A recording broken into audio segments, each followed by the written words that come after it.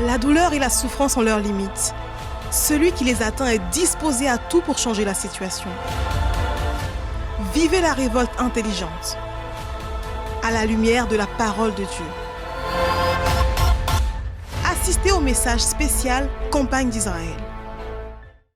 Très bien, mes amis, dans cette campagne d'Israël où Dieu, il est en train de réveiller les vaillants, les personnes décidées à changer de vie, il y a une chose qui attire notre attention.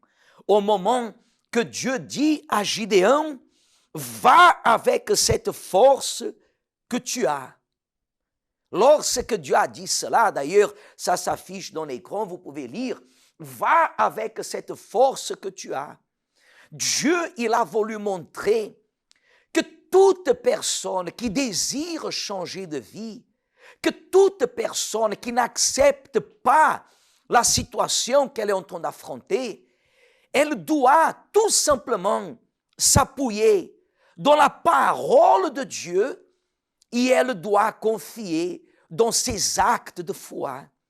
C'est intéressant que Dieu, il dit à Gideon, va avec cette force que tu as. C'est comme si Dieu est en train de dire à Gideon, Gideon, avec cette détermination que tu es en train de montrer, avec cette force, avec cette envie que tu as, alors tu peux changer la situation dans laquelle tu te trouves, dans laquelle ta famille elle est, dans laquelle Israël se trouve.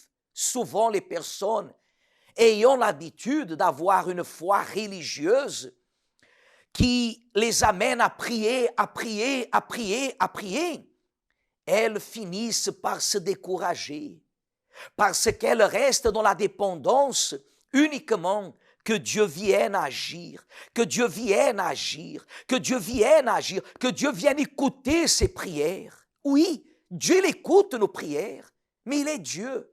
Il ne peut pas revenir en arrière vis-à-vis de sa propre parole. Dieu ne peut pas reculer vis-à-vis de sa propre parole. Il a fait la promesse, il a fait la promesse. Mais toutes les promesses de Dieu, elles ont une condition.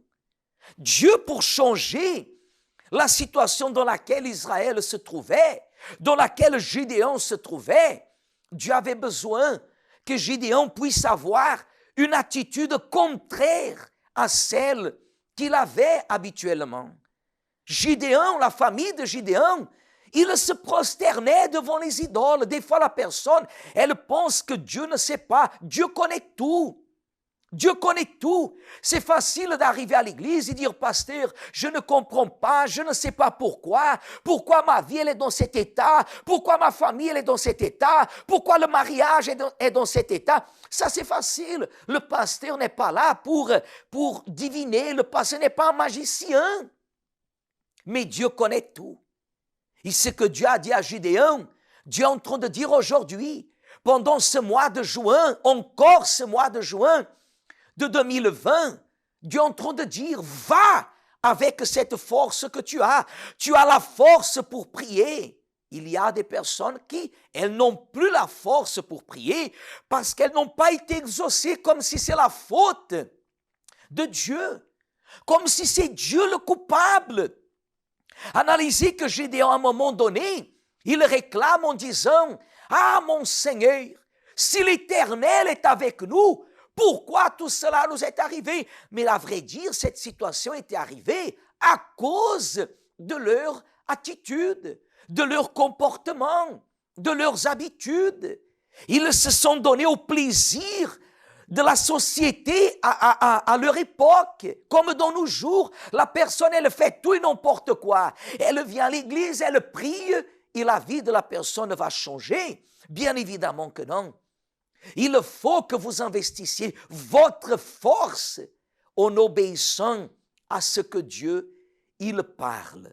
Et vous avez là l'opportunité, à l'exemple de ce témoignage que nous allons voir, comment Dieu a agi par le passé et comment il continue à agir dans nos jours. Alors, suivons attentivement ce témoignage. Nous allons revenir d'ici quelques instants pour finaliser à ce sujet. Je m'appelle Bruna Pavant, j'ai 38 ans. Et ma souffrance a commencé lorsque je suis arrivée aux États-Unis. Je voulais entrer dans le milieu des Américains. Je voulais être une personne, une adolescente, enveloppée avec eux. Tout ce qu'ils faisaient, je voulais aussi le faire. Alors, j'ai eu un petit ami. Dans les sorties, dans les fêtes, j'ai eu un petit ami. Et à travers sa sœur, celle-ci m'a présenté la vie de prostitution. La première nuit, ce fut un peu difficile parce que je suis restée très dure. Je n'arrivais pas à danser. Il y a une scène, une très grande scène, et les hommes restent assis autour. Et là, j'ai dit, tu sais quoi, je vais commencer à boire plus. Et là, on m'a présenté la boisson, sauf que la boisson était déjà une chose faible pour moi, parce que c'était une chose à laquelle j'étais déjà habituée. Je voulais quelque chose de plus fort, alors on m'a présenté la cocaïne. Et là, je restais hors de... Je devenais vraiment folle. Et là, dans la prostitution, vous devez passer la nuit avec ces hommes. Vous devez faire des choses pour pouvoir vous faire de l'argent. J'arrivais, il y avait des nuits où je gagnais 2000 ou 3000 dollars. Je n'ai rien conquis, parce que de la même façon que l'argent venait, il s'en allait aussi. Alors, l'influence des filles qui travaillaient dans le bar avec moi fut aussi très grande. Elles disaient, « Tu dois arrêter d'être bête. Tu dois te trouver un homme riche et tu dois l'escroquer. Tu dois faire semblant d'être amoureuse de lui et il va te donner les papiers. » Et ce fut ainsi. Je suis tombée amoureuse d'un policier qui est devenu un grand client à moi parce que c'est arrivé au point où lorsqu'il apparaissait au bar pour s'asseoir avec moi, je ne pouvais plus m'asseoir avec personne d'autre, car parfois, il arrivait au bar et il restait jusqu'à la fermeture du bar. Mais c'était un client qui, quand il entrait par la porte, je me disais, ma nuit est déjà faite. Je n'aurais plus besoin de rester ni avec l'un ni avec l'autre. Je restais avec lui et il me donnait beaucoup d'argent. Alors il m'a offert un superbe appartement où nous sommes allés vivre ensemble. Tout très bien décoré. Je n'avais pas besoin de payer quoi que ce soit. Il payait tout. J'avais des bijoux, j'avais les meilleurs sacs, j'avais les meilleurs vêtements, j'avais tout, sauf que la seule chose que je n'avais pas, c'était son amour, parce que l'amour qu'il disait être de l'amour était de l'abus domestique, parce qu'il me battait beaucoup. Il attendait que j'aille au travail pour aller dans d'autres bars de prostitution. Alors, ma vie était ainsi. Alors après qu'il ait demandé le divorce, il m'a raconté qu'il était avec ma meilleure amie. C'était une amie très proche, qui travaillait aussi au bar avec moi. Et elle fréquentait ma maison. Je n'ai jamais imaginé qu'elle sortait avec mon ex-mari. Alors, lorsqu'il m'a dit qu'il ne voulait plus rester avec moi, je suis devenue folle. C'est là que j'ai fait 2 tentatives de suicide. La première fois, j'ai pris tous les médicaments qui étaient dans mon bureau. J'ai tout pris. Sauf qu'il ne s'est rien passé. Je me suis simplement évanouie dans les toilettes. J'ai dormi. Quand je me suis réveillée plus révoltée parce que les médicaments il ne s'est rien passé. J'étais énervée contre moi-même. J'ai dit, j'essaie de me tuer et même cela, je n'arrive pas à le faire. Et c'est là que j'ai appelé ma mère. Je lui ai raconté ce qui se passait et elle m'a dit, tu connais l'adresse de l'église. Quand je suis arrivée dans la rue de l'église, j'ai vu que l'église était là. Je n'arrivais pas à entrer. Je mettais ma main sur la porte pour pouvoir ouvrir la porte de l'église, mais je n'y arrivais pas. Et dans ma tête venait cette pensée, l'église est fermée. Qu'est-ce que tu fais là? L'église est fermée. Je n'y arrivais pas. J'ai essayé plusieurs fois. Ce ne fut pas seulement un jour. Ce furent plusieurs fois où j'ai tenté d'arriver à la porte de l'église et je n'arrivais pas à y entrer. Alors je me souviens que la dernière fois où je suis venue jusqu'à l'église, ici au New Jersey, j'ai dit, tu sais quoi, parce que je n'arrivais même pas à entrer dans l'église, alors je vais en finir tout de suite avec ma vie. Je me souviens que je me suis lancée devant une voiture, dans la rue de l'église. La voiture arrivait à une grande vitesse et je me suis jetée. Ce fut une chose impressionnante, parce qu'il s'en est fallu de peu. La voiture a freiné juste devant moi et elle est partie et je suis restée là, sur le trottoir en face de la porte de l'église. Et c'est là que je suis entrée. Je me souviens que j'ai parlé à Dieu, j'ai dit, mon Dieu, si le Seigneur existe vraiment, de la façon dont ma mère parle, dont j'écoute les personnes parler. Donne-moi une opportunité, parce que je n'arrive même pas à en finir avec ma propre vie. Et là, je suis entrée à l'église. Je me souviens que quand je suis entrée, j'étais en pyjama, toute décoiffée, sentant mauvais. Je sentais ma mauvaise odeur. Et c'est ainsi que je suis arrivée à l'église. Je suis toujours émue quand je dis cela. C'est difficile. Parce que c'est la façon dont j'ai été très bien reçue. Moi, une personne avec une dépression, une personne qui venait de tenter le suicide. Et vous arrivez à l'église dans cette situation, sentant mauvais, toute décoiffée, sans espoir. Et l'homme de Dieu s'assoit avec vous, avec cette patience, parce que tout le monde avec qui je m'asseyais pour converser, tout le monde avait beaucoup d'opinions. Tout le monde avait quelque chose à dire sur ce que je devais faire. Et là, non, ce jour-là, le pasteur m'a simplement écouté. Il m'a laissé me confier. Je me suis confiée. Il semble que je me suis même sentie légère. Quand j'ai mis tout ce qui était à l'intérieur de moi, tous mes problèmes, toutes les situations que je traversais, je n'ai pas eu honte de dire au pasteur que j'étais dépendante de drogue. D'ailleurs, quand je suis venue à l'église pour la première fois, j'étais complètement alcoolisée. J'avais beaucoup sniffé. Je me souviens que une ligne de cocaïne, ce n'était pas suffisant pour moi. Je sniffais de 5 à 6 lignes de cocaïne en une seule fois. Et là, le pasteur m'a orientée. Je me souviens que le pasteur a fait une prière pour moi et après, je me suis sentie légère, je me suis sentie bien. C'était un poids qui était sorti de mon intérieur et je suis partie. Et dans cette première nuit, j'ai dormi. Et cela a attiré mon attention parce que je devais sniffer de la cocaïne, je devais boire de l'alcool, je devais prendre des pilules. Je mélangeais tout pour pouvoir dormir. Et ce jour-là, non, je me suis réveillée bien. C'est là que j'ai pris une douche, je me suis préparée. Mais même ainsi, je ne travaillais plus depuis des semaines. Ce jour-là, je suis allée travailler. J'ai commencé à refaire tout à nouveau. Aller au travail, me prostituer. Le pasteur ne m'a jamais dit « sortez de la prostitution ». Il ne m'a jamais dit cela. Il m'a orientée. Il a dit « Dieu va vous parler ». Et c'est arrivé. Il y a eu un moment où j'arrivais au bar pour travailler, je n'arrivais pas à boire une goutte d'alcool. Je n'arrivais pas à sniffer une ligne de cocaïne.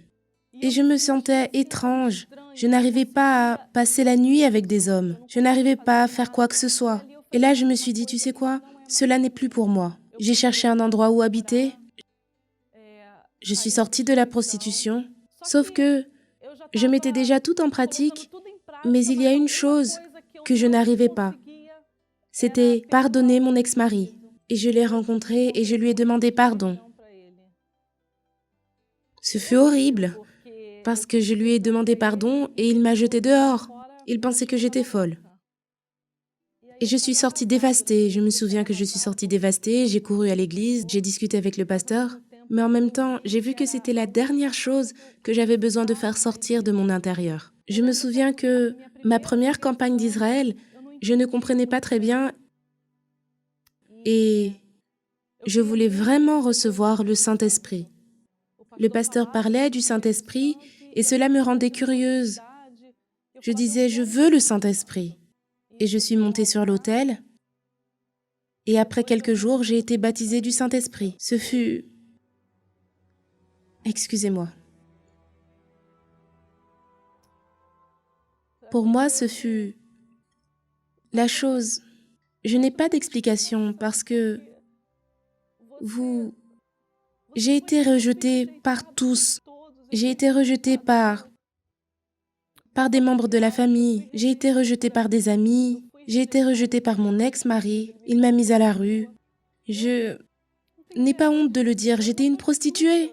Je vendais mon corps pour avoir ce soutien, pour avoir cet argent. Et personne ne croyait en moi. Je ne croyais pas en moi. Alors quand j'ai reçu le Saint-Esprit, pour moi c'était « Waouh!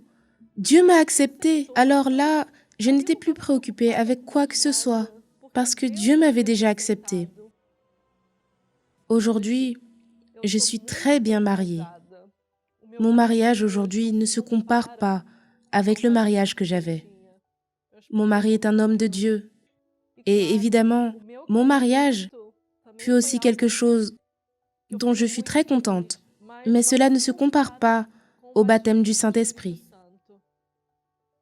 Aujourd'hui, je peux dire que j'ai une vie digne, j'ai ma propre affaire, je suis bien mariée, je ne dépends plus de la cocaïne, je ne dépends plus de l'alcool, je n'ai plus besoin de vendre mon corps, je ne souffre plus de dépression. Aujourd'hui, je dors très bien.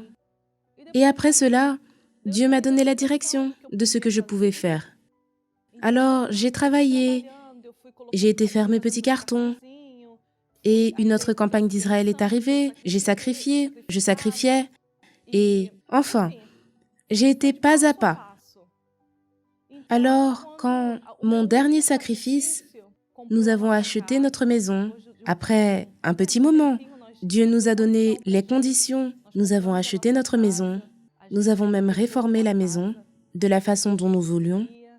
Et au bout d'un moment, sacrifice après sacrifice, Dieu m'a fait beaucoup mûrir, tant moi-même que mon mari. Dieu m'a maintenant donné une autre direction de comment faire de l'argent plus rapidement. Dans la partie des investissements, nous voyons les choses arriver et nous restons à nous regarder en disant « Waouh, d'où vient tout cela ?» Parce que ce sont beaucoup de choses en même temps. Mais nous savons que tout cela vient d'une alliance que nous avons avec Dieu. Nous sommes ici seulement pour administrer ce qu'il met entre nos mains. Et je parle aussi pour vous, femmes, jeunes, vous qui êtes peut-être dans cette situation dans laquelle j'étais il y a quelques années. Vous utilisez votre corps pour avoir votre façon de gagner de l'argent. Vous n'avez pas besoin d'être dans cette situation. De la même façon que Dieu m'a donné la force à travers la révolte, parce que nous avons tous cette révolte en nous. Nous devons avoir le courage de l'utiliser. Utilisez cette révolte et vous verrez que cette situation que vous traversez va changer.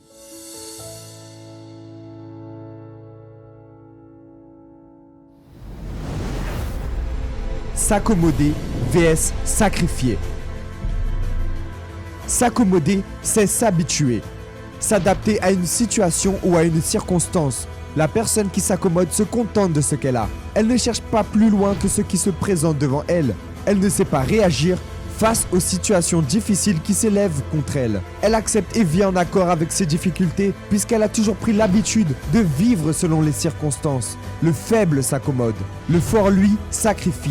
Sacrifier, c'est renoncer à quelque chose au profit d'une autre chose. Celui qui vit avec cette pensée de sacrifice est conscient des difficultés, mais il redouble d'efforts pour les surpasser. Il ne se laisse pas dominer par elles, puisqu'il sait que ce sont ces difficultés qui le feront aller plus loin. La foi exige le sacrifice. Personne ne peut atteindre la promesse de Dieu sans d'abord payer le prix.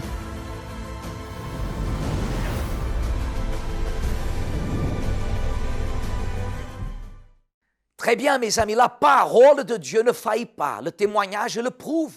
Parce que si nous sommes en train de vous montrer ce témoignage, c'est parce qu'il y a une base de quelqu'un qui est arrivé à l'église dans une situation comme vous avez pu voir et qui a su décider. Mais comment elle a su décider?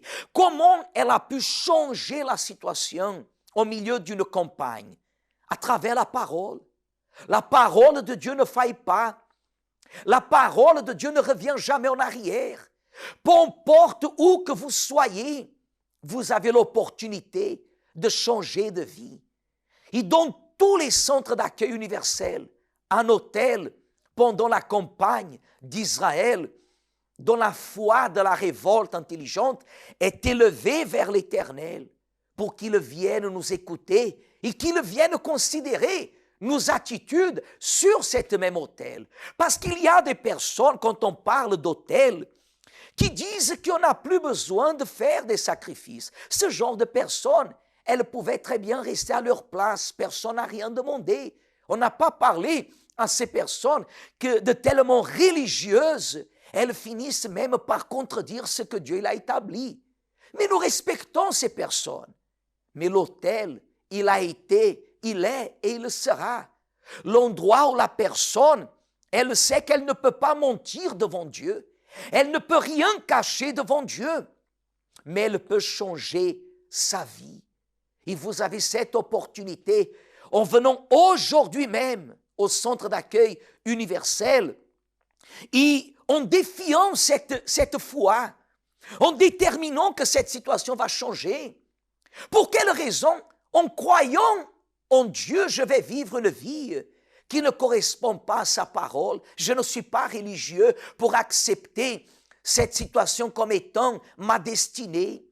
Je n'ai pas d'autres idéologies pour considérer que c'est mon karma. Non, je sais en qui je crois. Je crois à un seul Dieu, le seul, l'unique. Je crois à une seule parole, la parole de Dieu. Et je sais que l'autel ne faillit jamais.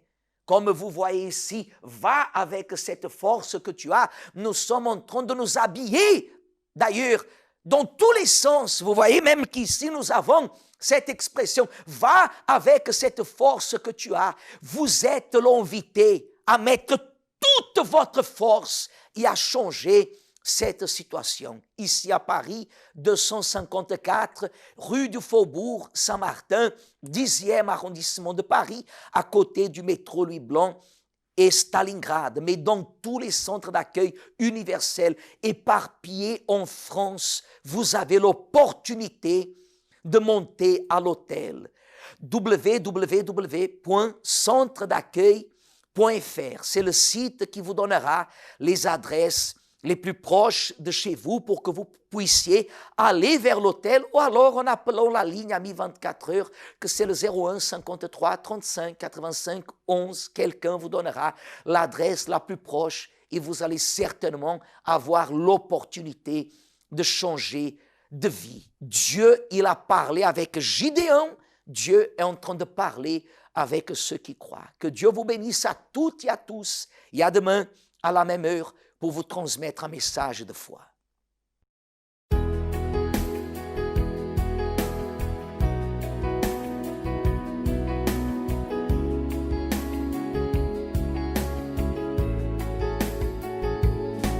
Gédéon s'est révolté contre la situation.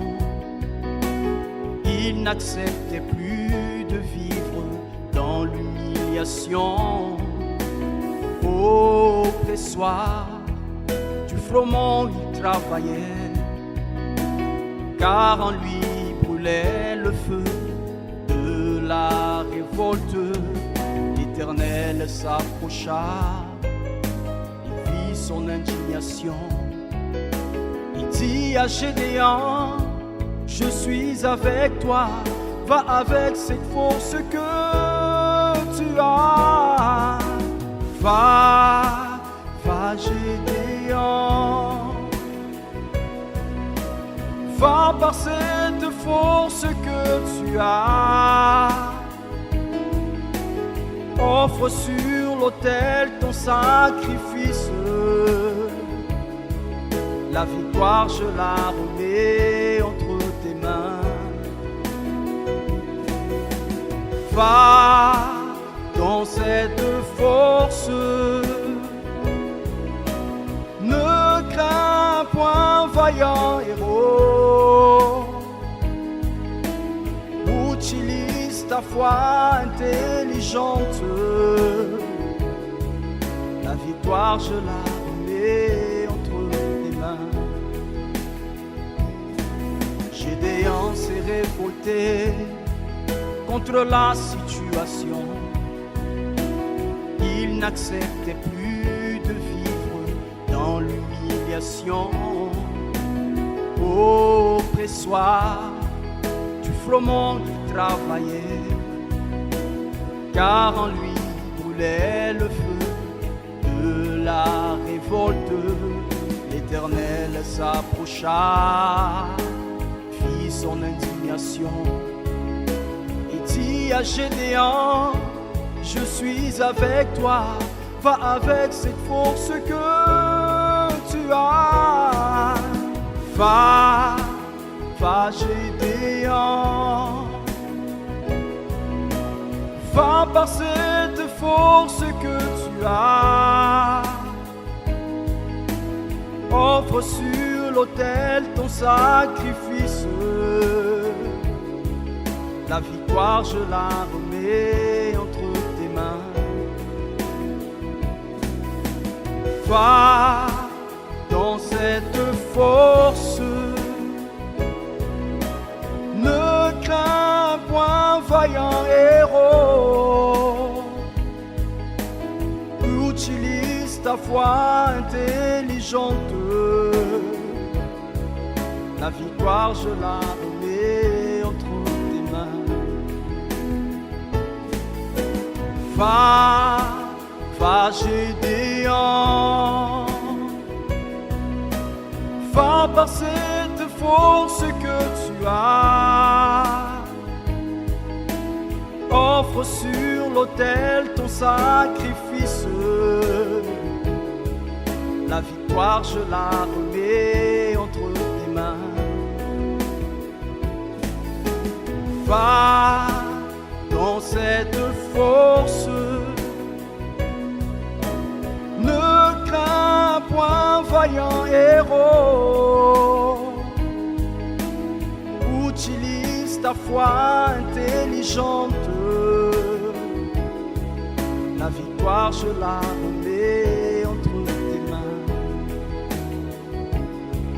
La victoire je la remets entre tes mains. La victoire je la